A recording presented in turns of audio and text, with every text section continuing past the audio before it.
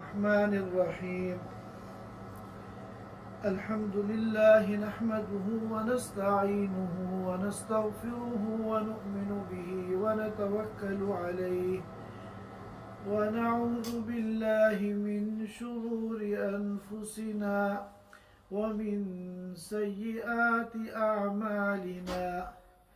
मन यहदिहिल्लाहु फला मुदिल्ल लहु वमन युद्लिल्हु फला हादिय लहु वनशहद अन ला इलाहा इल्लल्लाहु वहदहु ला शरीक लहु वनशहद अन्न सय्यिदना व हबीबना व मौलाना मुहम्मदन अब्दुहु व रसूलुहु सल्लल्लाहु तआला अलैहि व अला आलिहि व अस्हाबिहि व बारक व सल्लम तस्लीमन कसीरन कसीरा। अम्मा बअद फ़अऊज़ु बिल्लाहि मिनश शैतानिर रजीम। वलिल्लाहि अलन्नासि हिज्जुल बैति मन इस्तताअ इलैहि सबीला वमन कफर फ़इन्नल्लाह गनिय्युन अनिल आलमीन। सदक़ल्लाहुल अज़ीम। मोहतरम ख़वातीन व हज़रात, पिछले जुमे हम लोगों ने हज के फ़ज़ाइल, हज की खुसूसियात और हज का फ़लसफ़ा बयान किया था। आज मेरा मकसद हज का जो पूरा एक खाका है, हज का जो एक प्रोसीजर है, उसको शुरू से लेके आखिर तक बयान करना है। और इंशाअल्लाह आने वाले जुमे में कुछ अहम मसाइल को बयान किया जाएगा। इसी तरह आप हजरात के जहनों में जो सवालात आए आप उनको नोट कर लें। इंशाअल्लाह भाई सिद्दीक़ वो सवालात मुझे भेज देंगे, तो अगले जुमे इंशाअल्लाह हम उनके जवाबात भी देंगे। और इसी तरह मदीने पाक इंशाअल्लाह सबकी हाज़िरी होगी, तो मदीने हाज़िरी के क्या आदाब हैं इंशाअल्लाह इस पर भी हम अगले जुमे गुफ्तगू करेंगे। आज हमारा मकसद पूरा हज का जो एक खाका है उसको समझना है। बुनियादी तौर पर हज की 3 किस्में हैं। नंबर 1 हज इफराद, नंबर 2 हज क़िरान, नंबर 3 हज तमत्तु। इन तीनों में क्या फ़र्क है? हज इफराद कहते हैं जिसमें हाजी सिर्फ हज करता है,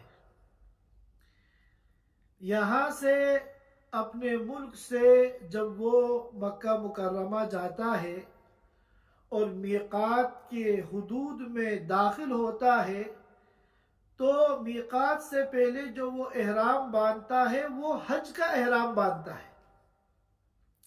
हज से पहले वो कोई उम्रा नहीं करता,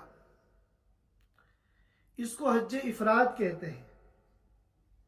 हज के बाद अगर वो उम्रा करता है तो उससे कोई फर्क नहीं पड़ेगा, लेकिन हज से पहले अगर वो कोई उम्रा नहीं करता है, डायरेक्ट वो हज ही का एहराम बांधता है, तो ये हज इफराद है। हज क़िरान और हज तमत्तु, इनमें हज करने वाला हज भी करता है और उम्रा भी करता है, लेकिन दोनों में एक फ़र्क है। हज क़िरान में हज और उम्रा दोनों का एहराम एक साथ बांधता है। जब मीक़ात से पहले एहराम बांधेगा और नियत करेगा, तो क़िरान करने वाला हज और उम्रे दोनों की नीयत करेगा। वो ये कहेगा अल्लाहुम्मा इन्नी उरीदुल हज्ज वल उम्रता फयस्सिरहुमा ली व तक़ब्बलहुमा मिन्नी, कि अल्लाह मैं नियत करता हूँ हज की उम्रे दोनों की, लिहाजा आप इन दोनों को मेरे लिए आसान भी बना दे और मकबूल भी बना दे। यही वजह है कि जब ये मक्का मुकर्रमा पहुंचकर उम्रा करेगा तो उम्रे के बाद एहराम नहीं खोलेगा, बल्कि ये एहराम उसका कंटिन्यू चलेगा हज तक। फिर हज से फारिग होने के बाद फिर ये इस एहराम को खोलेगा। ये हज क़िरान है। हज तमत्तो ये हज की तीनों किस्मों में सबसे आसान है।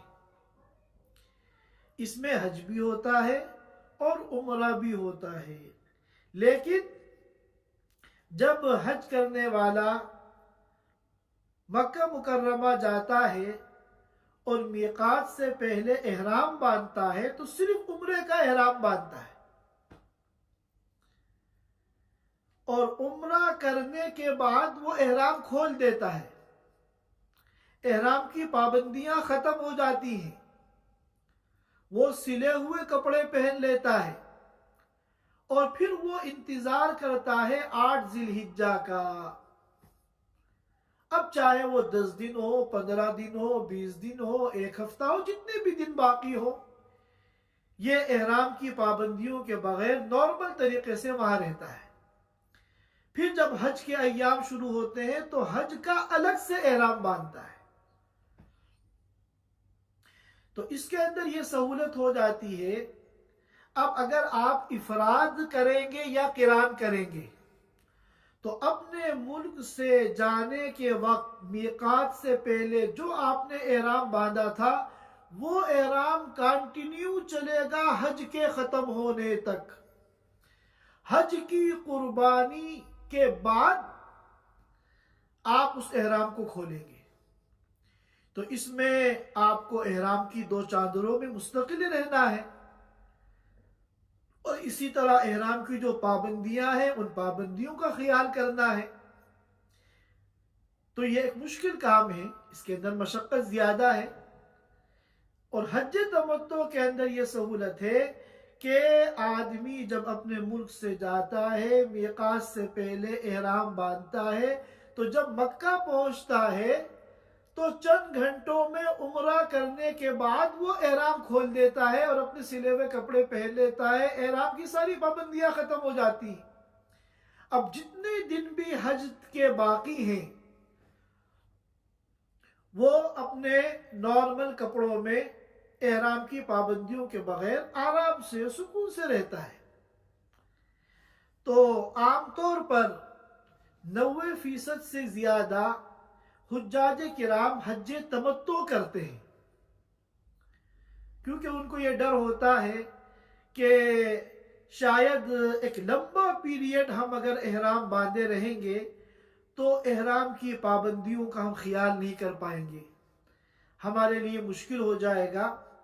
खास तौर पे वो लोग जो बहुत पहले हज के लिए रवाना हो गए हैं।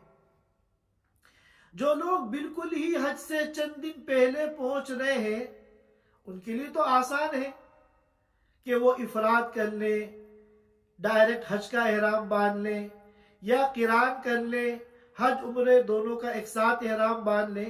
लेकिन जो हफ्ता, 10 दिन, 15 दिन, 20 दिन, महीना भर पहले वहां पहुंच रहे हैं, इतना लंबा पीरियड हालत एहराम में रहना उनके लिए मुश्किल होता है। इसलिए 90% से ज्यादा पूरी दुनिया से आने वाले हुज्जाज किराम वो हज तमत्तो करते हैं। मैं इंशाअल्लाह हज तमत्तो ही का पूरा तरीका आज आपको बयान करूंगा, और जो तरीका हज तमत्तो का है वही किरान का है, वही हज इफराद का है। अलबत्ता जो चंद छोटे छोटे फर्क हैं मैं उनको इंशाअल्लाह वाज़ेह कर दूंगा, क्लियर कर दूंगा, ताकि अगर हमारे साथियों में या इस बयान के सुनने वालों में कोई हज किरान करना चाहे या हज इफराद करना चाहे तो उसको कोई परेशानी न हो। पूरी तालीमात वो पूरा तरीका उनके सामने मौजूद हो। तो बुनियादी तौर पर हज की ये 3 किस्में हैं। हज इफराद जिसमें सिर्फ हज होता है, और नंबर 2 हज क़िरान जिसमें हज और उम्रा दोनों होता है, मगर दोनों का एहराम एक साथ बांधा जाता है। उम्रा करने के बाद एहराम को खोला नहीं जाता, बल्कि हालत एहराम में रहता है हाजी, यहाँ तक कि जब हज शुरू होता है तो उसी एहराम में हज करता है। हज से फारिग होने के बाद फिर वो एहराम खोलता है। नंबर 3 हज तमत्तो जिसमें हाजी जब मक्का मुकर्रमा जाता है तो मीकात से पहले सिर्फ उम्रे का एहराम बांधता है, और मक्का मुकर्रमा पहुंचकर उम्रा करके एहराम खोल देता है, और फिर वो हज के अय्याम आने तक हालत एहराम के बगैर रहता है, और फिर जब हज आता है तो फिर हज का एहराम बांधकर फिर वो हज अदा करता है। अब हम लोग जब यहाँ से रवाना होंगे अपने अपने मुल्कों से, अपने अपने इलाकों से, तो मीकात से पहले पहले हमें एहराम बांधना है। एक बहुत बड़ा जो है एरिया है जिसको मीकात कहते हैं। अगर उसको कोई क्रॉस करेगा तो गोया कि वो मीकात के अंदर दाखिल हो गया। फिर मीकात के अंदर एक छोटा दायरा है जो हिल कहलाता है, और फिर उसके अंदर एक छोटा दायरा है जो हरम कहलाता है, और हरम के अंदर फिर एक इलाका है बीच में जो मस्जिद हराम कहलाता है, और मस्जिद हराम के सहन के बीच में जो है वो बैतुल्लाह काबतुल्लाह है।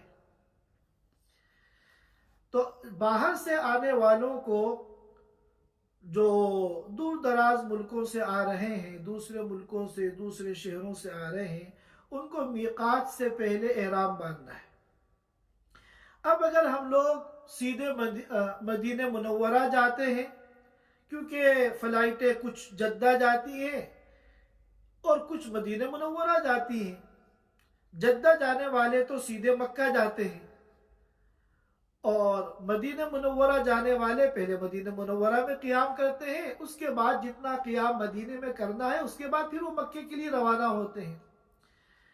अगर मदीने मुनव्वरा आपकी फ़्लाइट जा रही है और आपको पहले मदीने में क़ियाम करना है, तब तो बहुत आसान है। आप अपने नॉर्मल कपड़ों में आप मदीने मुनव्वरा जाइए, वहाँ 5 दिन, 6 दिन, 7 दिन, 8 दिन, जितना भी आपका क़ियाम है आप मदीने मुनव्वरा में क़ियाम कीजिए। मदीने के क्या आदाब हैं और वहाँ के क्या खुसूसी अहकाम हैं वो इंशाअल्लाह हम बाद में बयान करेंगे। फिर जब मदीने का क़ियाम मुकम्मल हो जाए, अब आपको मक्के जाना है, तो मदीने से आप जैसे ही निकलेंगे जुल्हुलैफा एक मकाम आएगा। ये अहले मदीना की मीकात है। अल्लाह के रसूल सल्लल्लाहु अलैहि वसल्लम ने जब मदीने से आप रवाना हुए थे हज के लिए, तो इसी मकाम पर आपने एहराम बांधा था।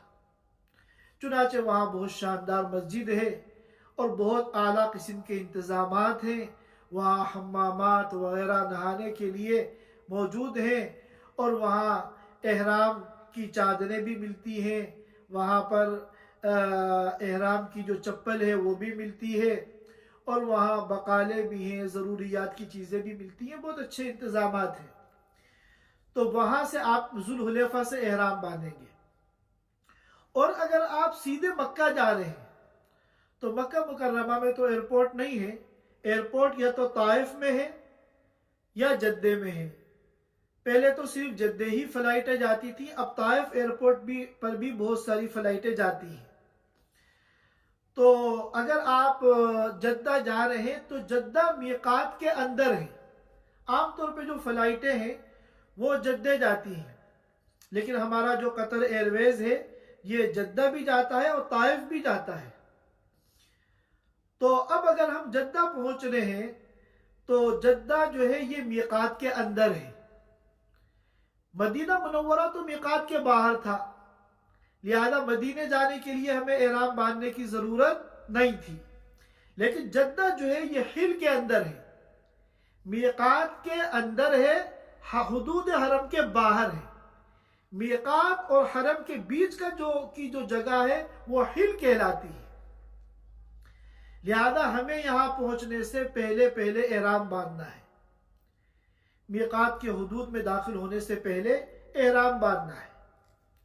यहां तक कि हमारी फ्लाइट जब जद्दा एयरपोर्ट पे उतरे तो हम हालत एहराम में हो। एहराम हमें कैसे बांधना है? उसके लिए हमें चाहिए कि हम गुस्ल करें और खूब अच्छी तरह सफाई जिस्म की करें। बाल वगैरह हम काट लें अच्छी तरह, मूछें अपनी बना लें, खत अपना बना लें, अंदरून जिस्म के जो बाल वगैरह हैं उनको अच्छी तरह साफ कर लें, नाखून वगैरह हम अच्छी तरह काट लें और पूरे जिस्म की जितनी सफाई कर सकते हो हम ये सफाई कर लें और फिर गुस्ल करें। यह गुस्ल सुन्नत है, मर्दों के लिए भी औरतों के लिए भी। अलबत्ता औरतें अगर नापाक हैं तो उनके लिए भी यह गुस्ल सुन्नत है, लेकिन यह गुस्ल तहारत नहीं होगा, इस गुस्ल से वो पाक नहीं होंगी, यह गुस्ल नजाफत होगा, सफाई के लिए।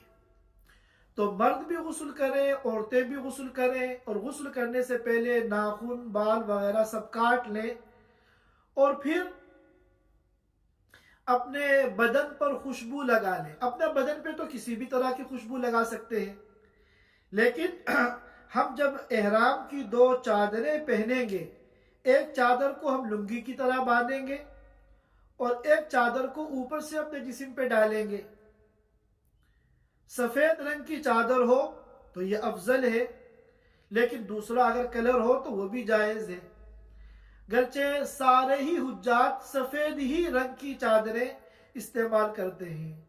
इतना बड़ा लाखों का क्राउड होता है, एक भी आपको ऐसा नजर नहीं आएगा कि जिसकी एहराम की चादरें सफेद ना हो। हालांकि दूसरा कलर भी गरचे खिलाफ औला है मगर जायज है।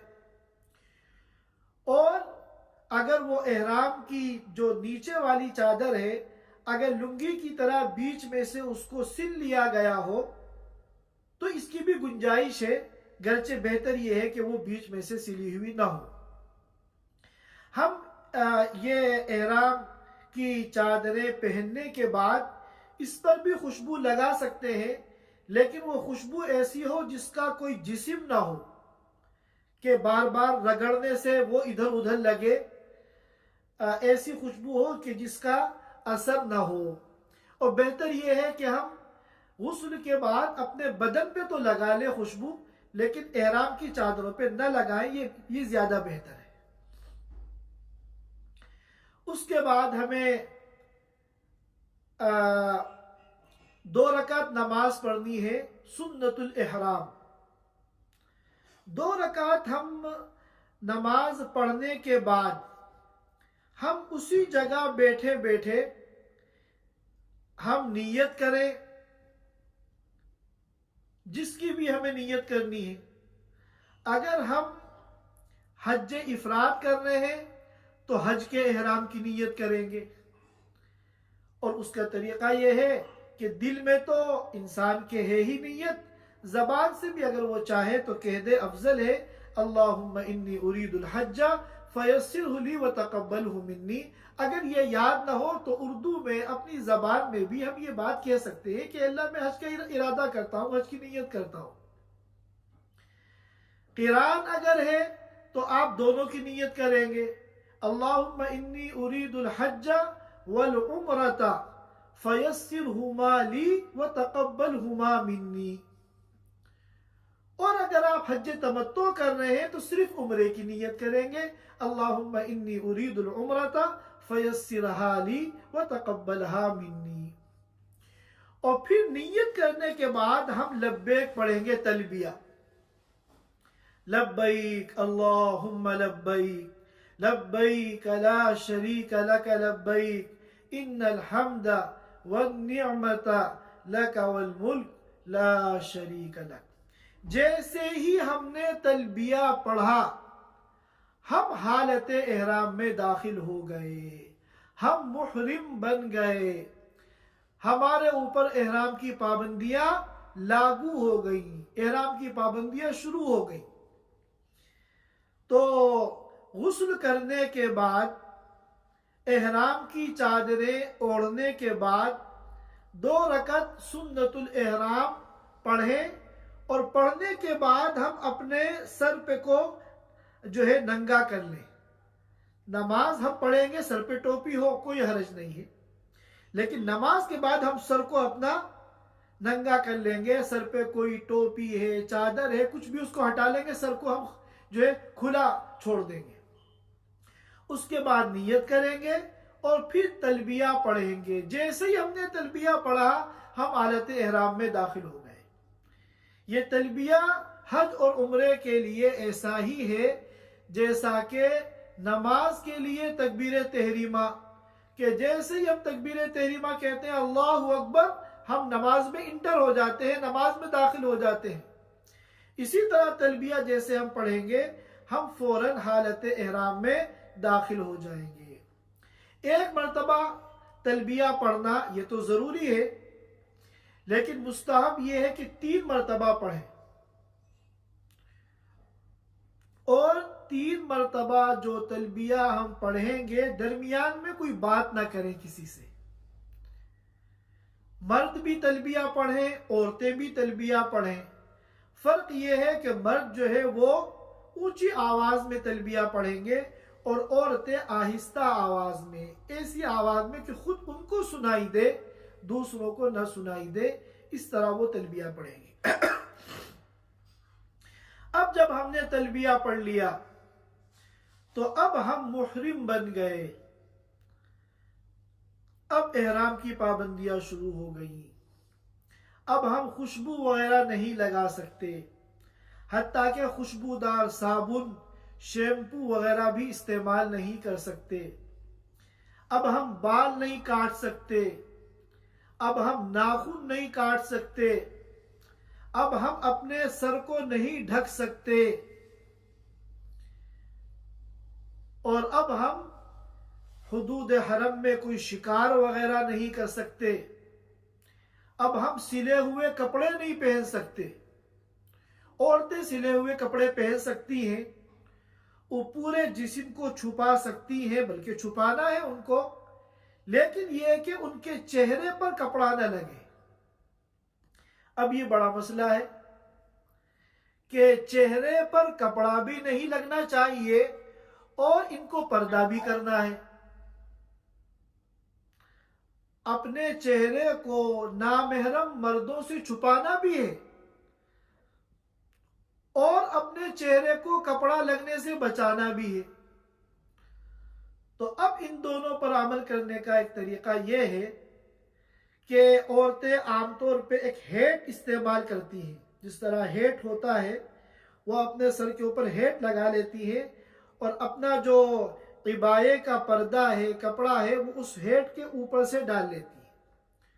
तो अब जब ऊपर से वो हेट का कपड़ा, हेट के ऊपर से जब वो कपड़ा आएगा तो चेहरा भी छुप जाएगा और वो कपड़ा चेहरे पर भी नहीं लगेगा। जहां उनको डर हो भीड़ भाड़ में कि चेहरे पे कपड़ा लग सकता है, तो वह अपना हाथ लगा ले, और थोड़ा बहुत उसमें अगर बेहतियाती हो जाए तो उससे कोई फर्क नहीं पड़ता।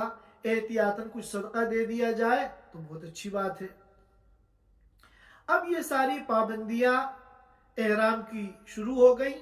अब हम मक्का मुकर्रमा की तरफ रवां दवा है। अभी हमारा कोई काम नहीं है, बस एक ही काम है, चलते फिरते, उठते बैठते, खड़े होते, नमाजों के बाद, लोगों से मिलने के बाद, जब भी आपकी कोई हालत तब्दील हो तो आप कसरत से तलबिया पढ़ें। मर्द आवाज से पढ़ें और औरतें बगैर आवाज के पढ़ें। यहां पर एक बात ये समझनी चाहिए कि ये जो तलबिया पढ़ना है, ये हर एक का इनफिरादी अमल है। बाद मरतबा ग्रुप की शक्ल में लोग जाते हैं और एक तलबिया पढ़वाता है, सब आवाज मिला के एक साथ पढ़ते हैं। ये तरीका जो है सही नहीं है। एक आवाज होकर तलबिया पढ़ना, एक लहजे में और एक साथ हरकत और सकनात अदा करते हुए, ये तरीका जो है सही नहीं है। हर एक को अपना अलग अलग तलबिया पढ़ना है, आवाज से आवाज मिलाने की कोई जरूरत नहीं है। अब हम मक्का मुकर्रमा पहुंचेंगे।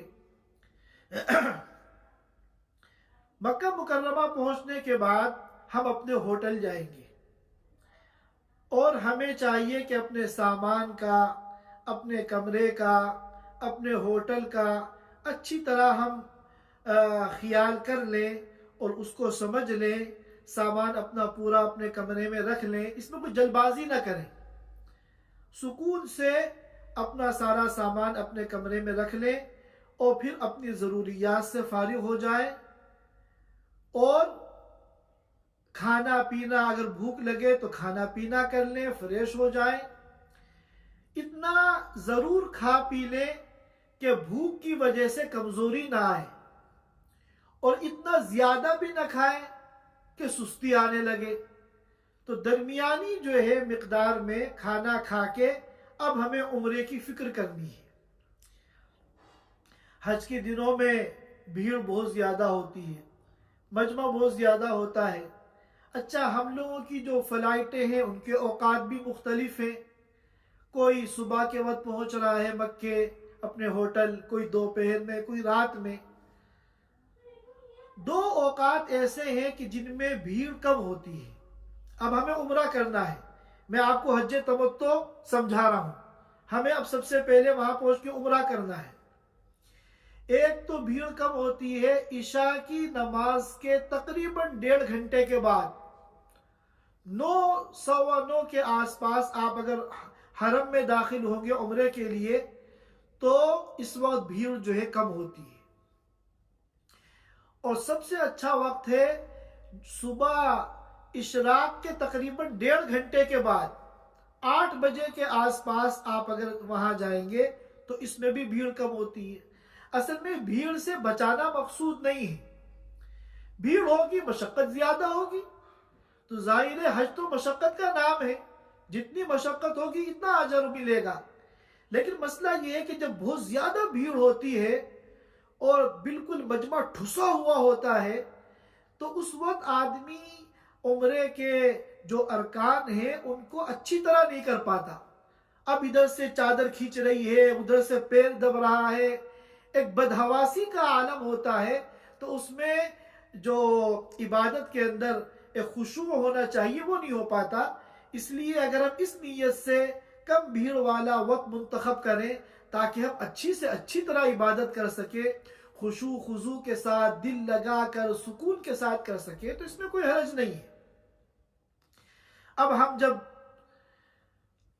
अपनी ज़रूरियात से फारिग होकर अपने कमरे को, अपने होटल को, रास्ते को समझकर हम हरम के लिए रवाना होंगे। अब हमारे साथ मस्तूरात भी हैं, बच्चे भी हैं मसलन। तो अगर हमें होटल पहुंचने के बाद सिम मिल जाए, वहां का नंबर मिल जाए और हम हर एक अपने अपने मोबाइल में एक्टिव कर लें तो ये बहुत सहूलत की चीज़ है। वरना अगर इतना जल्दी ये ना मिल सके तो जब आप अपने होटल से निकले तो अपने घर वालों को रास्ता समझाते हुए जाएं कि इन इमारतों को देख लो और इस रास्ते को समझ लो, ताकि अगर कहीं आगे पीछे हो जाए तो होटल पहुंचने में दिक्कत ना हो।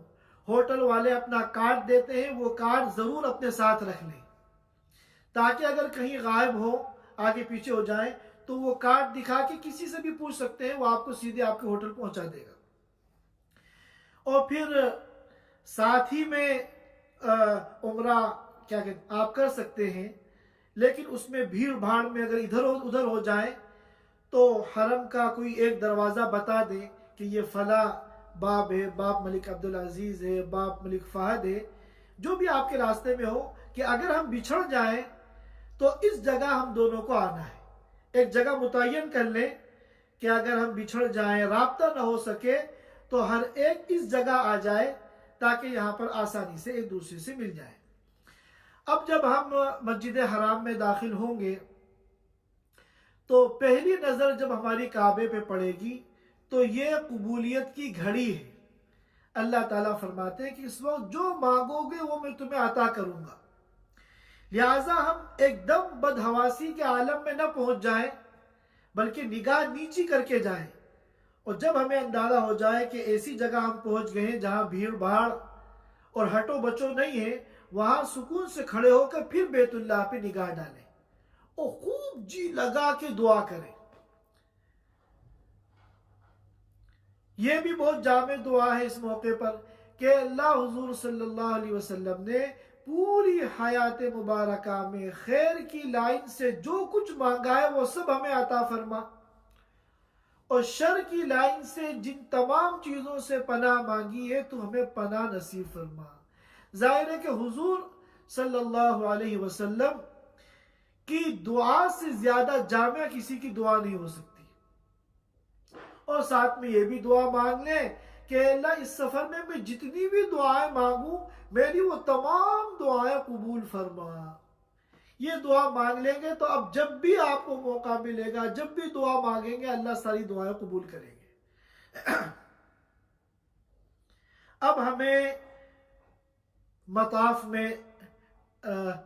में जो है दाखिल होना है, जो मस्जिद हराम का सहन है जिसके बीच में बैतुल्लाह है। आजकल बगैर एहराम के मर्दों को मताफ में जाने नहीं देते। औरतें तो जा सकती हैं क्योंकि उनके लिबास से तो उनके एहराम का पता नहीं चलता, तो औरतों के लिए तो इजाजत है। लेकिन मर्द अगर हालत एहराम में नहीं है, वो कुर्ते पाजामे के अंदर है, तो उनको नीचे जो मताफ है वहां जाने नहीं देते। उनको फिर दूसरे रास्ते से जो फर्स्ट फ्लोर है, पहली मंजिल है, वहां पर जाने की इजाजत होती है। वो फिर ऊपर से तवाफ करते हैं जो काफी लंबा पड़ता है। इसी तरह जो नया हरम बना है वहां जाने की इजाजत होती है, वहां से भी फिर मताफ में आने की इजाजत नहीं होती। तो आप चूंकि अभी एहराम की चादरों में है तो आपको वो नीचे जाने देंगे। आप जो है मस्जिद हराम में अंदर जाइए और सीधे मताफ में जाइए। वहां जाने के बाद सबसे पहला काम आपको तवाफ करना है। तवाफ कैसे करेंगे? सबसे पहले हम हजरे अस्वद के पास जाएं और हजरे अस्वद के पास इस तरह खड़े हो कि हजरे अस्वद का जो बायां कोना है वो हमारे दाएं कंधे के सामने हो। गोया कि हजरे अस्वद जो है वो पूरा हमारी दाईं साइड है, राइट साइड में पूरा हजरे अस्वद है। यहां अभी खड़े होके हम नियत करें कि अल्लाह मैं तवाफ की नियत करता हूं। अरबी में अल्फाज हैं, वो आपके लिए याद करना मुश्किल है। आप अपने उर्दू में, अपनी जबान में, अपने दिल में ये नियत करें। फिर दाईं तरफ एक कदम खिसकेंगे, अब हजर अस्वद बिल्कुल आपके सामने आ गया। अब अगर अल्लाह ताला आपको मौका दे दे और तौफीक हो हजर अस्वद को चूमने की, तो ये बहुत बड़ी सआदत की बात है। आप हजर अस्वद के ऊपर अपने दोनों हाथ की हथेलियां रखें और दरमियान में दोनों हाथों के बीच में आप अपना चेहरा आगे बढ़ा के हजर अस्वद का बोसा लें, नरमी के साथ, आहिस्ता के साथ, कि कोई आवाज उस बोसे में ना आए। और आमतौर पर हजर अस्वद का बोसा लेना ये बहुत मुश्किल होता है। तो दूर से जहां भी आपको मौका हो आप हजर अस्वद के सामने बिस्मिल्लाह अल्लाहु अकबर वलिल्लाहिल हम्द, जिस तरह नमाज में हम उठाते हैं हाथ, इस तरह हाथ उठाकर कि दोनों उंगलियां आसमान की तरफ हो, हथेली का रुख बैतुल्लाह की तरफ हो और ये जो अंगूठे हैं ये दोनों कान की लो के सामने हो। बिस्मिल्लाह अल्लाहु अकबर वलिल्लाहिल हम्द। और भी अल्फाज हैं और तवील दुआएं हैं, आप मुख्तसरन ये ज़हन में रखें, बिस्मिल्लाह अल्लाहु अकबर या बिस्मिल्लाह अल्लाहु अकबर वलिल्लाहिल हम्द कहकर अपना हाथ छोड़ दें। फिर आप हजर अस्वद की तरफ दोनों हाथ का इशारा करके फिर अपने हाथों को चूम ले। तो गोया कि आपने जब अपने हाथ को चूमा तो गोया कि हजर अस्वद को आपने चूम लिया। अब आप तवाफ शुरू करें। इस तरह तवाफ शुरू करें कि बैतुल्लाह आपकी बाईं जानिब हो और मस्जिद हराम की जो चारों तरफ इमारत है वो आपकी दाईं जानिब हो।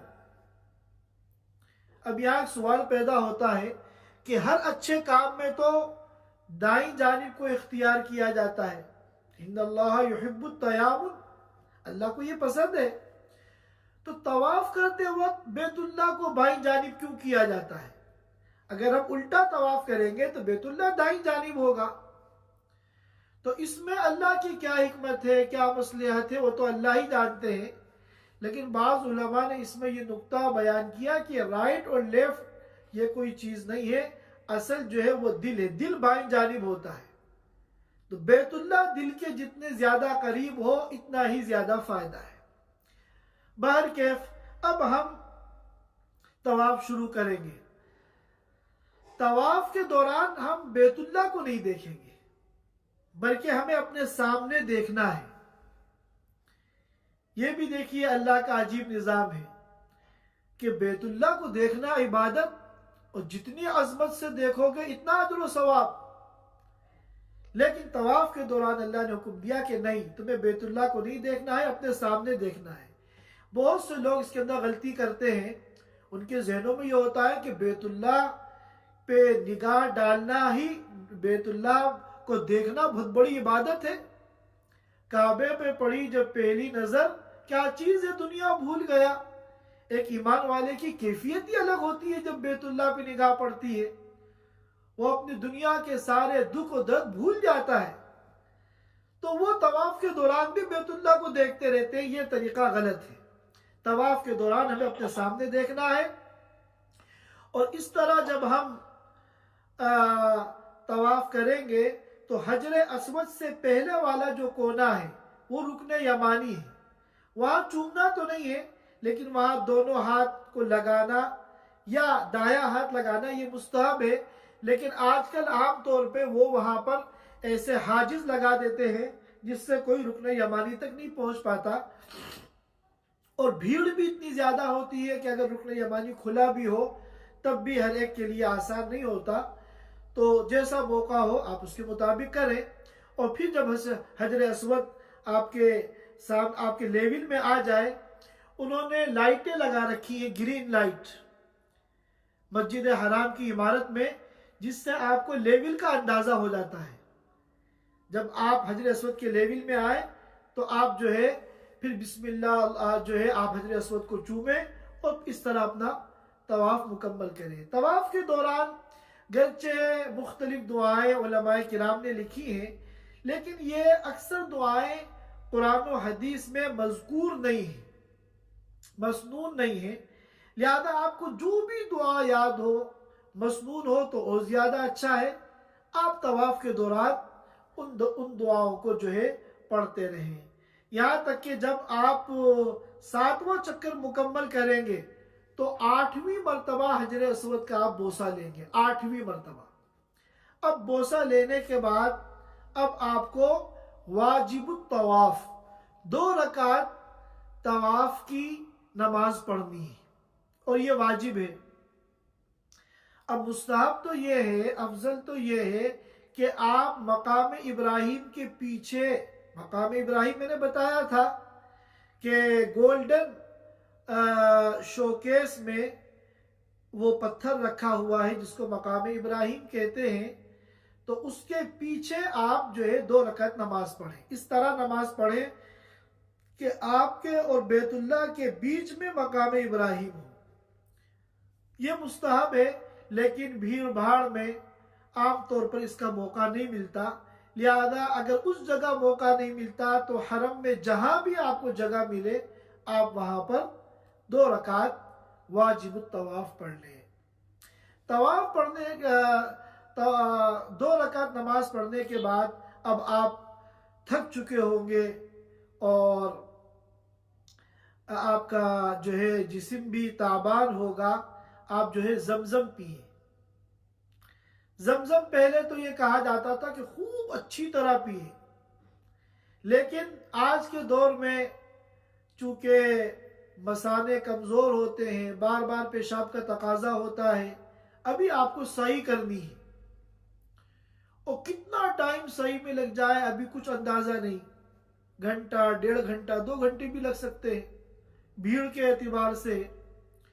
तो अगर आप बहुत ज्यादा जमजम पी लेंगे तो फिर आपको पेशाब का तकाजा होगा, और पेशाब का तकाजा अगर होगा तो फिर आपको न जाने कितना दूर जाना पड़े हम्माम के लिए, और वहां कितनी भीड़ हो, कितनी लंबी लाइन में आपको लगना पड़ जाए, तो ये चीज बहुत तकलीफ की और परेशानी की हो सकती है। इसलिए थोड़ा बहुत जमजम पी लें और फिर सई के लिए रवाना हो जाए। जब मसआ आप पहुंचे तो पहले सफा पहाड़ी आती है। सफा पहाड़ी पर थोड़ा सा, आप जितनी पहाड़ी है उसका 1/3 1/3 आप ऊपर चढ़ेंगे, ये थोड़ा बहुत ज्यादा ऊपर। तो आप जब बैतुल्लाह की तरफ निगाह डालेंगे तो बाबू सफा के अंदर से आपको बैतुल्लाह नजर आ जाएगा, काले पर्दे। बस बैतुल्लाह की तरफ रुख करके आप खूब दुआएं मांगिए, खूब मांगिए, अपने लिए, अपने बच्चों के लिए, अपने माँ बाप के लिए, अपनी मरहूमीन के लिए, मौजूदीन के लिए, पूरी उम्मत के लिए, सारी इंसानियत के लिए खूब दुआएं कीजिए, जितनी अल्लाह आपको तौफीक दे। और फिर वहां से आप मरवा की तरफ चलिए। फिर वो मीलेन अख्दरैन आएगा, थोड़ा बहुत चलने के बाद मीलेन अख्दरैन आएगा। वो हरी लाइटें आएंगी, ग्रीन लाइटें। जब ये ग्रीन लाइट आए तो आपको यहाँ तेज चलना है। देखिए, दौड़ना नहीं है। बाज लोग ऐसी दौड़ लगाते हैं, लगता है कि दौड़ का मुकाबला हो रहा है, वो गलत तरीका है। तेज चलना है, अपनी रफ्तार को जरा बढ़ाना है, लेकिन दौड़ नहीं लगानी है। और ये सिर्फ मर्द करेंगे, औरतों के लिए यहाँ औरतें जिस तरह चल रही है वो इसी तरह चलेंगी। और उसके बाद आप जो है मरवा पहाड़ी पे पहुंचेंगे। मरवा पे भी जिस तरह सफा पे ज्यादा ऊपर न चढ़े, ज्यादा बाद लोग बहुत ऊपर चढ़ने की कोशिश करते हैं, वो गलत है। सिर्फ इतना चढ़े 1/3 ऊपर कि आपको बैतुल्लाह नजर आ जाए। इसी तरह मरवा पे भी आप थोड़ा सा ऊपर चढ़ेंगे, यहां से आपको बैतुल्लाह नजर नहीं आएगा, लेकिन किबले की तरफ आप मुंह करके जितना अल्लाह तौफीक दे खूब दुआएं करें। और कोशिश करें इस पूरे सफर के दौरान कि जब भी दुआ मांगे आंखों से आंसू जारी हो जाए। रोना ना आए तो रोने की कैफियत बना लें, क्योंकि ये रोने धोने का मकाम है, यह अल्लाह के सामने गिड़गिड़ाने और बिलबिलाने का मकाम है। खूब रो रो के दुआएं मांगे। और याद रखिए कि जिस दुआ के दौरान आपकी कैफियत बन गई, आपकी आंखों से आंसू जारी हो गए और आपकी हिचकियां बन गई, ऐसे लोग नजर आते हैं वहां रोते हुए, ऐसा लगता है कि वे बेहोश हो जाएंगे, इतना रोते हैं। तो अगर ये कैफियत बन गई, समझ जाइए आपकी दुआ कबूल हो रही है, यह कबूलियत की अलामत है। तो अल्लाह से ये भी मांगिए कि अल्लाह हमें रोना नहीं आता, हमें रोना सिखा दे। अल्लाह जिस कैफियत और जिस आहो बुका के साथ आप हमसे दुआ करवाना चाहते हैं, हमें वो कैफियत अता फरमा दे। वहां तो जो भी मांगना है हम अल्लाह के घर में मौजूद है, अल्लाह से मांगेंगे। फिर वहां से आप सफा की तरफ आए, वहां भी इसी तरह चढ़ के दुआ करें। इस तरह 7 चक्कर मुकम्मल करें। और फिर इस चक्करों के दौरान जब वो ग्रीन लाइटों की जगह आए तो वहां मर्द हजरात थोड़ा सा तेज कदमों के साथ जो है वहां से चले। अच्छा, एक बात जो है यहां पर रह गई, जिसकी मैं वजाहत कर दूं कि ये जो हमने तवाफ किया है सही से पहले, इस तवाफ के बाद चूंकि हमने सही करनी है, लिहाजा इसमें 2 काम हमें करने हैं। एक तो हमें इस्तिबा करना है, सुन्नत है। इस्तिबा क्या है कि अपनी जो एहराम की ऊपर वाली चादर है उसको दाएं कंधे के नीचे से निकालकर बाएं कंधे के ऊपर डालना है। यह काम हमें तवाफ के 7 चक्करों में करना है। अलबत्ता 7 चक्कर जब खत्म हो जाए, तवाफ कंप्लीट हो जाए, तो अब हम चादर को ठीक से दोनों कंधों के ऊपर डाल लें। बाज लोग उसके बाद भी इस्तिबा किए रहते हैं, अगर बेख्याली में है तो कोई मसला, कोई बात नहीं, लेकिन अगर कसदन वो इस्तिबा किए हुए तो ये तरीका गलत है। तवाफ के कंप्लीट होने के बाद एहराम की चादर को दोनों कंधों के ऊपर जिस तरह हम डालते हैं इस तरह डाल लें और इस्तिबा की कैफियत को ख़त्म कर दें। एक काम तो हमें इस तवाफ में यह करना है, और दूसरा काम हमें रमल करना है, जो तवाफ के पहले 3 चक्करों में करना है सिर्फ। और रमल क्या है? हम 3 काम करेंगे, खुद ब खुद रमल की कैफियत हासिल हो जाएगी। एक तो हम छोटे छोटे कदम चलें, नंबर 2 तेज चलें, नंबर 3 दोनों कांधों को उचकाएं। जिस तरह कोई पहलवान जब दंगल में आता है तो अपने को तैयार करने के लिए वो उचकता है, छोटे छोटे कदमों से जो है वो उछलता है, अपने कंधों को हिलाता है। इस तरह जो है हमें शुरू के 3 चक्करों में करना है। लंबे लंबे कदम न चलें, धीरे न चलें। भीड़ अगर है तो जाहिर है हमारे इख्तियार में नहीं है, लेकिन अपने तौर पे हम कोशिश करें तेज चलने की और छोटे कदमों की, और अपने कंधों को, दोनों कंधों को इस तरह उचकाने की। ये 2 काम हमें इस तवाफ में करने। हर उस तवाफ में रमल और इस्तिबा होगा जिसके बाद साई है। चूंकि हम हज तमत्तो कर रहे हैं और अभी हम हज तमत्तो में पहले उम्रा होता है, हमने उम्रा किया, हम उम्रा कर रहे हैं, और ये जो तवाफ किया था ये उम्रे का तवाफ था, तो इसके बाद उम्रे की सही करनी है, लिहाजा हमें इसमें रमल भी करना है, इस्तिबा भी करना है। अब हमने जब सही 7वां चक्कर मुकम्मल कर लिया मरवा पर, तो अब हमें बाल कटवाने हैं। जो लोग हज किरान कर रहे हैं, जो लोग हज किरान कर रहे हैं, जिन्होंने उम्रा और हज दोनों का एहराम बांधा है, वो अभी बाल नहीं मुंडवाएंगे। वो अभी बाल नहीं मुंडवाएंगे, क्योंकि बाल मुंडवाया जाता है एहराम को खोलने के लिए, और इनका अभी एहराम खुलना नहीं है। लिहाजा ये सही करने के बाद अपने होटल पहुंच जाए, अपने रूम पहुंच जाए और फ्रेश हो जाए, आराम करें। लेकिन एहराम की चादरें अभी इनको पहननी है। नहाना है, गुस्ल करना है तो आप चादर उतारेंगे, जाहिर है। असल चादर पहनना नहीं है, असल तो सिले हुए कपड़े से बचना है। सिले हुए कपड़े नहीं पहनेंगे। जब भी हमें बाहर निकलना है तो यही 2 चादरें होंगी और एहराम की पाबंदियां होंगी। बाल नहीं काट सकते, नाखून नहीं काट सकते, खुशबू नहीं लगा सकते, शिकार नहीं कर सकते, और मियाँ बीवी आपस में मखसूस मुलाकात नहीं कर सकते।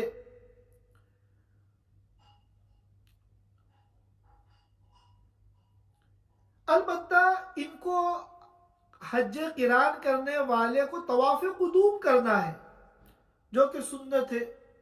अब ये अपनी सही के बाद जब उम्रा मुकम्मल हो गया, तो अब ये जितना जल्दी हो सके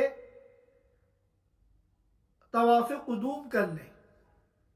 अब ये जो तवाफ कुदूम करेंगे, अब इनके पास एक ऑप्शन ये है कि इस तवाफ कुदूम के बाद हज की जो सई है, हज की वो सई इस तवाफ कुदूम के बाद कर सकते हैं। अगर वो ये चाहते हैं कि नहीं, हज की मैं सही तवाफ ज़ियारत के बाद करूंगा, तब तो फिर इस तवाफ में आप रमल नहीं करेंगे, इस्तिबा नहीं करेंगे, क्योंकि रमल और इस्तिबा तो उसी तवाफ में होता है जिसके बाद सही है।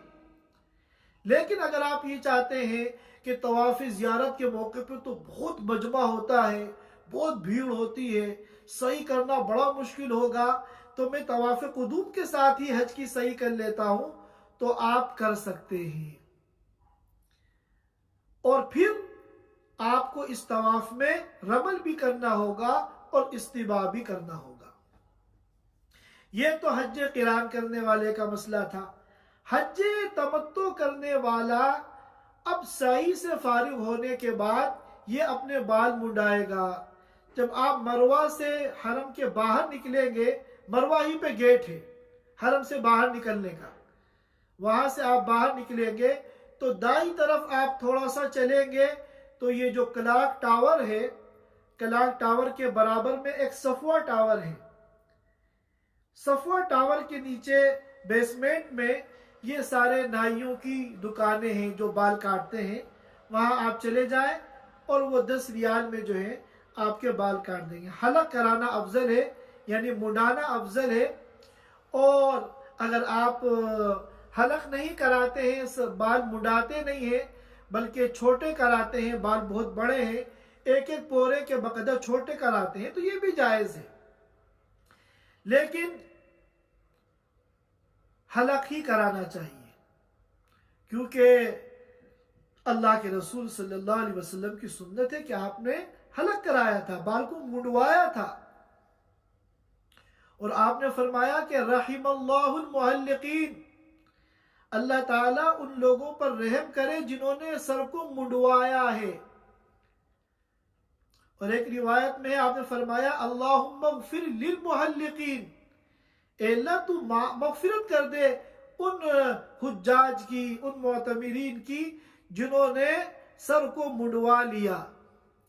तो किसी ने कहा कि वल मुक़स्सिरीन, अल्लाह आप मुहल्लिकीन को के लिए रहमत की मग़फ़िरत की दुआ फरमा रहे हैं और जिन्होंने बाल छोटे कराए हैं। तो आपने फिर कहा रहिमल्लाहुल मुहल्लिकीन, अल्लाहुम्मा ग़फ़िर लिल मुहल्लिकीन। किसी ने फिर कहा वलिल मुक़स्सिरीन, अल्लाह मुक़स्सिरीन का क्या होगा? आपने फिर तीसरी मरतबा फरमाया रहिमल्लाहुल मुहल्लिकीन, अल्लाहुम्मा ग़फ़िर लिल मुहल्लिकीन। फिर किसी ने कहा कि अल्लाह जो छोटे कराने वाले वो भी तो जायज है। तो चौथी मर्तबा में आपने मुक़स्सिरीन के लिए दुआ दी। 3 मर्तबा सर मुंडाने वालों की और चौथी मर्तबा आपने बाल छोटे कराने वालों की, चौथे नंबर पे आपने उनके लिए दुआ की।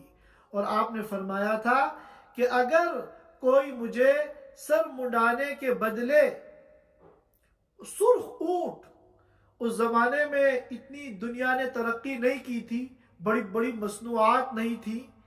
उस जमाने में जो सबसे कीमती चीज मानी जाती थी वो सुर्ख ऊंट माने जाते थे। कोई मुझे सुर्ख ऊंट दे दे और बहुत सा मालो दौलत दे दे सर मुंडाने के बदले में, तो भी मैं इन सब को छोड़ दूंगा और सर मुंडाने को इख्तियार करूंगा। लिहाजा हमारे जो बहुत से भाई ऐसे हैं उनको बालों से मोहब्बत है, वो बाल कटवाने के बजाय छोटे कराते हैं, ठीक है जायज है। लेकिन बाल मुंडाने की जो इतनी बड़ी फजीलत है वो इससे महरूम रह जाते हैं। लिहाजा सबको चाहिए कि बालों की मोहब्बत को हुजूर की सुन्नत के ऊपर गालिब न करें, हुजूर की सुन्नत से ज्यादा मोहब्बत करें बालों की मोहब्बत के मुकाबले में, और अपना सर मुंडवाएं। अब सर मुंडाने के बाद ये जो तमत्तो करने वाला था इसका उम्रा कंप्लीट हो गया और ये हालत एहराम से निकल गया। अब ये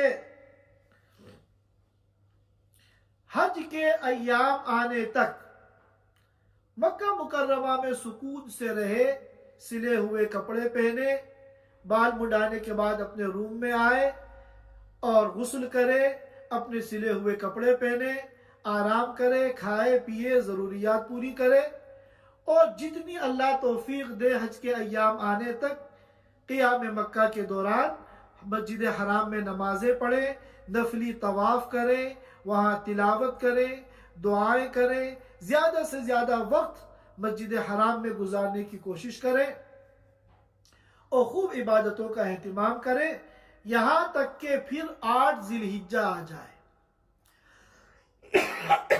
अब जब 8 ज़िलहिज्जा आई, ज़िलहिज्जा की 8वीं तारीख, तो अब हज का एहराम बांधना है। तुलुए शम्स के बाद 8 ज़िलहिज्जा में अब सुन्नत है कि आप हज का एहराम बांधें और मिना के लिए आप रवाना हो जाएं। जाहिर है कि इस सुन्नत पर वही अमल कर सकता है जो पैदल हज कर रहा है, क्योंकि उसके इख्तियार में है, वो जब जी चाहे जाए, जब जी चाहे आए। लेकिन आमतौर पर जो काफिलों के साथ और क्या कहते हैं मुअल्लिम के ज़ेरे इंतज़ाम हज करते हैं, तो उनकी मजबूरी यह है कि वो उनके इख्तियार में नहीं है। तो वो लोग जो है सहूलत के लिए, भीड़ भाड़ से बचने के लिए 7 जिलहिज्जा ही की शाम से हाजियों को ले जाना शुरू कर देते हैं। तो ये भी जायज़ है, गरचे सुन्नत है कि 8 तारीख को तुलुए शम्स के बाद जाए। लेकिन अगर पूरा काफिला जा रहा है और बसों से जा रहा है, इज्तिमाई इंतज़ाम के साथ जा रहा है, तो आपके इख्तियार में नहीं है, आप मजबूर हैं। और अल्लाह के लिए कोई बाइद नहीं, अल्लाह ताला आपकी मजबूरी को देखते हुए सुन्नत का जो सवाब है वो आपको अता फरमा दे। अब आप वहां से मिना के लिए रवाना हो रहे हैं। मिना आप कोशिश करें कि जोहर से पहले आप मिना पहुंच जाएं। अब मिना में हमें 5 नमाजें पढ़नी है। जोहर की नमाज पढ़नी है, असर के वक्त में असर पढ़नी है, गुरूब शम्स होगा मगरिब पढ़नी है, इशा पढ़नी है, और फजर की नमाज हमें मिना में पढ़नी है। यानी 9 जिलहिज्जा की जो फजर है, ये फजर की नमाज तक हमें ये मिना में रहना है और कोई ख़ास अमल नहीं है, बस ये नमाजें पढ़नी है और अपने को ज़्यादा से ज़्यादा इबादत में, तिलावत में, नवाफिल में, अज़कार में और दुआओं में अपने को लगाना है। 9 जिलहिज्जा की फजर के बाद अब हमें अरफे के लिए रवाना होना है। यहां भी बहुत से ग्रुप वाले और मुअल्लिमीन अपने हाजियों को फजर से पहले ले जाना चाहते हैं। तो अगर पूरा ग्रुप जा रहा है, आप अगर इस सुन्नत पर अमल करने की वजह से फजर का इंतज़ार करेंगे तो आप बिछड़ जाएंगे और अपने साथियों से कट जाएंगे, फिर आपके लिए परेशानियां खड़ी हो सकती हैं। तो आपकी मजबूरी है, आप उनके साथ जा सकते हैं, क्योंकि ये फजर के बाद जाना ये कोई फर्ज या वाजिब नहीं है, सुन्नत है। वहां से फिर अरफे के लिए रवाना होना है और अरफा में फिर हमें मस्जिद नमीरा जो अरफे के किनारे क्या कहते हैं हरम की जानिब मस्जिद है, कोशिश करें वहाँ के आसपास क़ियाम हो। लेकिन आजकल चूँकि वो मुअल्लिमीन का और शरीकात का इंतज़ाम होता है, तो जहाँ भी आपका खेमा उन्होंने मुतय्यन किया है आपको उसी खेमे में रहना है। बहरहाल यहाँ मस्जिद नमीरा में नमाज होती है जोहर असर दोनों की एक साथ जोहर के वक्त में, और फिर उसके बाद फिर मगरिब तक ये वकूफ का ज़माना है, ये वकूफ अरफा है। इसमें हमें खड़े होकर आसमान के नीचे जितना हो सके दुआएं करनी है और खूब रोना है, गिड़गिड़ाना है। इसके जो फजाइल थे वो मैं पिछले जुमे को बयान कर चुका हूँ।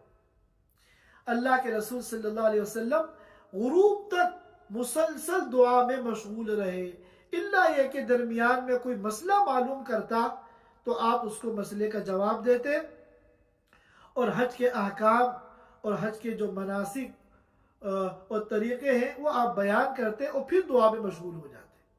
गुरूब शम्स से पहले मुज़दलिफ़ा के लिए निकलना मना है, नाजायज़ है। अगर कोई जल्दबाजी में कि भीड़ भाड़ से पहले मैं निकल जाऊं, सूरज गुरूब होने से पहले निकलेगा मुज़दलिफ़ा के लिए, तो उसके ऊपर दम वाजिब हो जाएगा। अब जब सूरज गुरूब हो गया तो अब आप जो है वहां से निकले मुज़दलिफ़ा के लिए,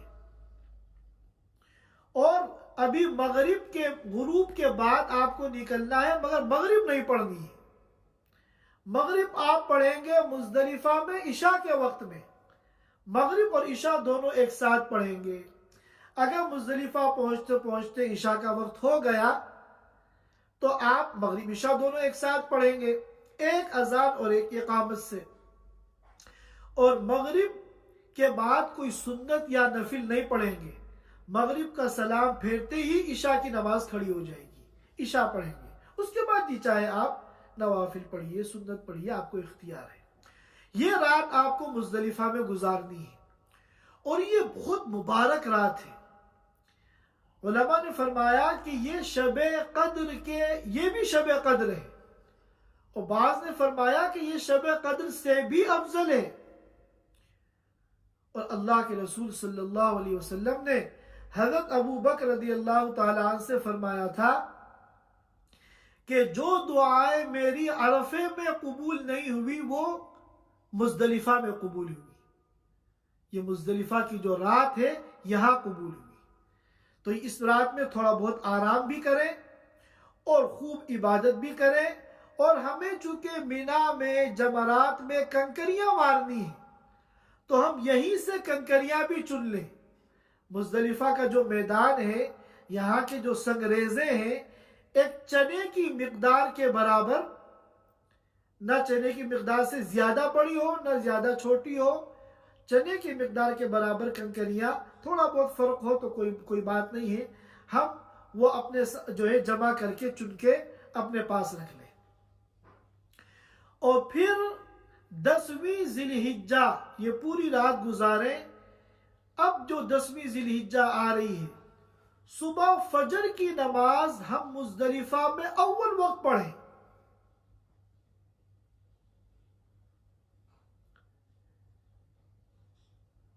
और अव्वल वक्त पढ़ने के बाद जितना ये फजर का वक्त है, हम खूब दुआएं मांगे। ये दुआ की कबूलियत का वक्त है। खूब दुआएं मांगे, खूब अल्लाह के सामने रोना धोना करें। और जब तकरीबन 2 रकात के बकदर वक्त तुलुए शम्स में रह जाए, तकरीबन 5 मिनट बाकी रह जाए, तो फिर मुज़दलिफा से मिना के लिए रवाना हो जाए। अब जाहिर है इन मसनून औकात की पाबंदी वही कर सकता है जो पैदल हज कर रहा है। जो लोग ग्रुप के साथ हैं और शरीकात और कंपनियों के ज़ेरे इंतज़ाम हज कर रहे हैं, तो वो तो फिर उनके ताबे हैं।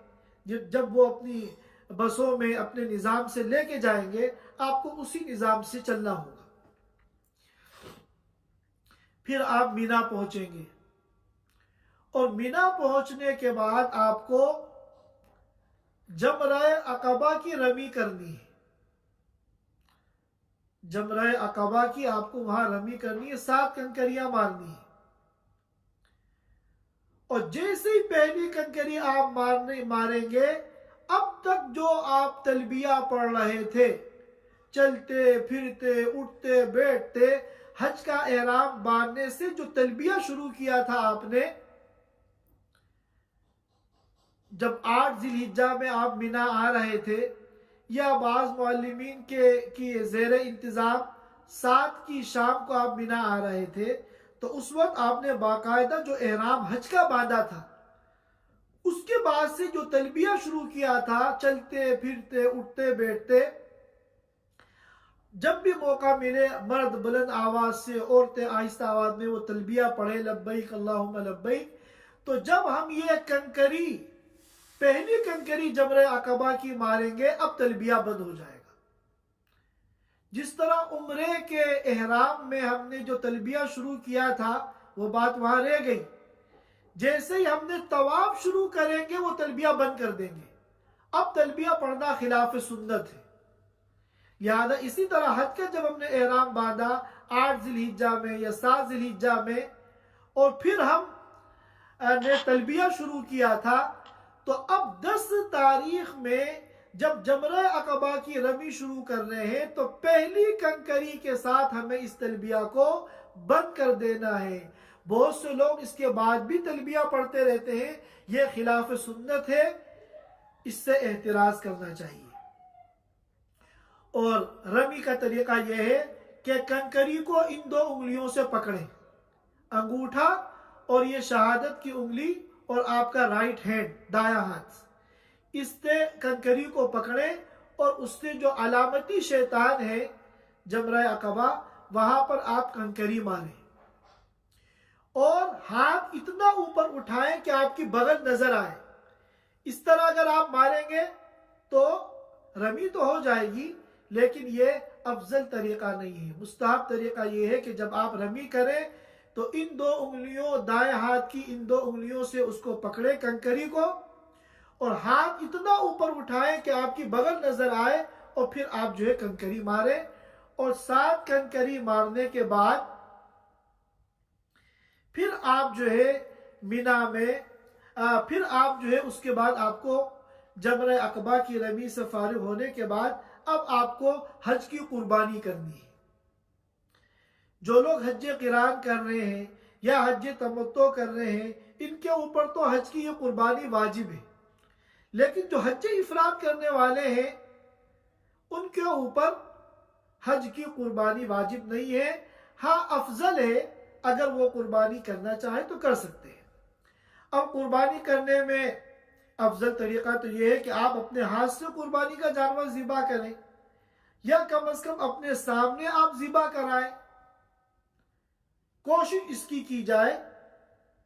लेकिन अगर इस पर अमल करना मुश्किल हो, दुश्वार हो, मुमकिन ना हो आपके लिए, तो हाजियों की कुर्बानी के जो इंतज़ामात वहाँ किए जाते हैं, उस इंतज़ाम के तहत आप अपनी हज की कुर्बानी कर लें।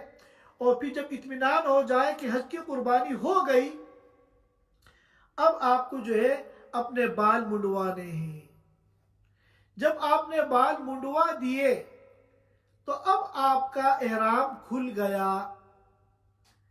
अब आप एहराम की पाबंदियों से निकल गए। अब आप नहाइए, धोइए, सिले हुए अपने कपड़े पहन लिए, सारी पाबंदियां एहराम की खत्म हो गई। लेकिन अभी एक पाबंदी बाकी है। वो पाबंदी क्या है कि मियाँ बीवी आपस में मखसूस मुलाकात अभी नहीं कर सकते, अभी तवाफ़ी ज़ियारत बाकी है। अब हम क्या कहते हैं, मक्का मुकर्रमा आएंगे, मस्जिद हराम आएंगे, अब हमें तवाफ़ी ज़ियारत करना है। तवाफ़ का जो तरीक़ा हम पहले बता चुके हैं, तो हर तवाफ़ उसी तरीके के मुताबिक हमें करना है। और तवाफ़ के बाद हमें हज की साई करनी है। यहां रुककर आप ये समझ लें कि हज इफराद करने वाला जब मक्का मुकर्रमा आके उसने तवाफ़ कुदूम किया था, तो उसको ये इख्तियार है कि वो उस तवाफ़ कुदूम के साथ ही हज की सही कर ले। अगर उसने उस वक्त हज की सही कर ली, तो अब जब वो तवाफ़ ज़ियारत कर रहा है तो इसके बाद वो हज की सही नहीं करेगा। और चूंकि इस तवाफ़ी ज़ियारत के बाद सही नहीं करेगा, लिहाजा इस तवाफ़ी ज़ियारत में वो न रमल करेगा और न इस्तिबा करेगा, क्योंकि रमल और इस्तिबा तो उसी तवाफ़ में जिसके बाद सही करनी है। लेकिन ये हज क़िरान करने वाले, हज तमत्तो करने वाले, इनको भी ये इख्तियार है कि वो पहले सही से फारिग हो जाएं। लेकिन तन्हा सही नहीं होगी, उनको एक नफली तवाफ करना पड़ेगा। अगर वो हज के अरकान शुरू करने से पहले, हज का एहराम बांधने के बाद हज की सही से पहले ही फारिग होना चाहते हैं, तो एक नफली तवाफ करें और उसके बाद हज की सही कर लें। तो जो लोग सही हज की पहले कर चुके हैं, अब वो तवाफ़ी ज़ियारत के बाद सही नहीं करेंगे, और इस तवाफ़ी ज़ियारत में वो रमल और इस्तिबा भी नहीं करेंगे। अब जब तवाफ़ी ज़ियारत और सही से फारिग हो गए, तो अब ये एक पाबंदी जो बाकी थी कि मियाँ बीवी आपस में मखसूस मुलाकात नहीं कर सकते, अब ये पाबंदी भी ख़त्म हो गई। लेकिन अभी आपको मिना जाना है। ये जो पूरी बात चल रही है, ये 10वीं तारीख है। 10वीं तारीख में हमने किस तरह क्या क्या किया है? फजर की नमाज पढ़ी थी मुजदलिफा में, और फजर की नमाज अव्वल वक्त पढ़कर हमने दुआएं की थी, और तुलुए शम्स से चंद मिनट पहले हम रवाना हुए थे मिना के लिए। वहां हमने जमरे अकबा की रमी की थी। अब ये जो जमरे अकबा की रमी है, इसमें अच्छी खासी भीड़ भाड़ होती है। इस रमी का जो वक्त है वो 10 तारीख की सुबह सादिक से लेकर 11 तारीख की सुबह सादिक तक पूरा 24 घंटा ये जमरे अकबा की रमी कर सकते हैं। लेकिन 10 तारीख की सुबह सादिक से लेके जवाल तक ये तो वक्त है मसनून, सबसे ज्यादा भीड़ इसी वक्त होती है। और फिर जवाल यानी जोहर से लेके मगरिब तक ये वक्त है मुबाह, जायज है, ना मसनून है ना मकरू है, जायज है। और मगरिब से लेके फिर सुबह सादिक तक ये जो वक्त है ये मकरू है। बाहर कैफ हम लोग जब तवाफ ज़ियारत से और सही से फारिग हो गए, अब हम मीना आएंगे। हमें 11 तारीख में 12 तारीख में मीना के अंदर क़ियाम करना है। वहाँ कोई ख़ास अमल नहीं है, नमाज़ें पढ़नी है, तिलावत करनी है, इबादत करनी है, ज़िक्र करना है, तस्बीहात पढ़नी है। और रोज़ाना ज़वाल के बाद, जोहर के बाद से हमें तीनों जमरात की रमी करनी है। सबसे पहले हम जाएंगे जमरे सुगरा पर, वहां पर हम 7 कंकरियां मारेंगे। किस तरह मारेंगे?